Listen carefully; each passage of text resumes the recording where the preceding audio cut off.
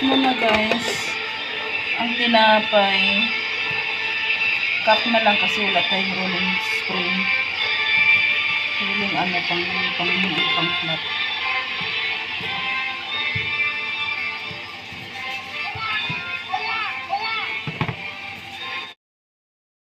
Muna natin ang ating hotdog. Ilaga muna bago siya ilagay doon sa tinapay. Uy! Yan, ilaga muna. Ito ang breadcrumbs, guys. Ipaano natin dyan ang hotdog at saka yung tinapay bago lagyan ng hotdog. Breadcrumbs. Guys, para sa batil.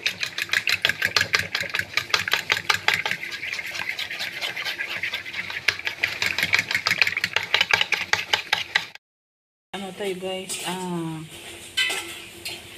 may shredded tayo, cheese, mozzarella cheese po. Ilagay natin doon sa loob ng tinapay at saka sa hotdog.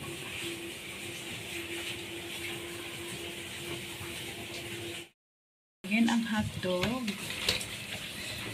Hindi na pala pwedeng i-drain. Drain nga lang. So, drain siya sa tubig na mainit kasi binaboiled dyan. Binaboiled mo na bago lutuin. Yan. Hotdog. Mantika.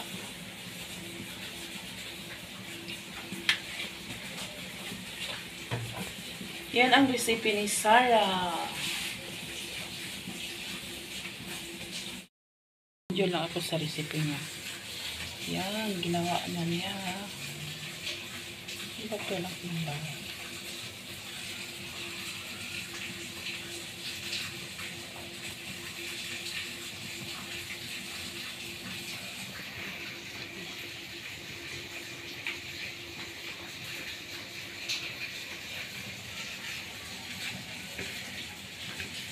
Yan, yummy, yummy.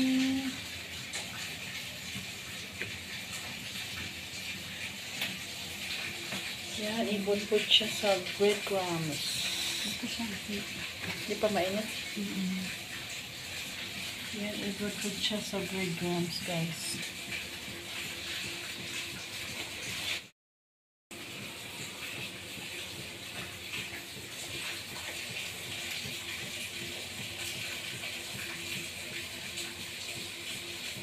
Sinong mag-order dyan?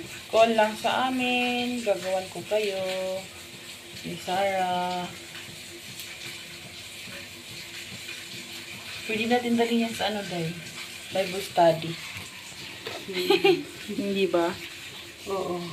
Gawa tayo. Pohon. Yan.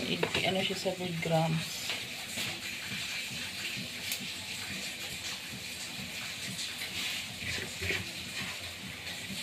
Bukasan na yung whipping. Dami naman. Yan. Guys. Yummy na siya, guys.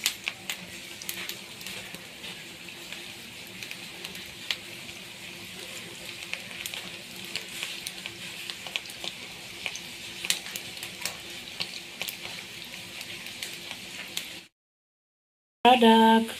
Look at guys inside. We are, yan. Hatiin natin.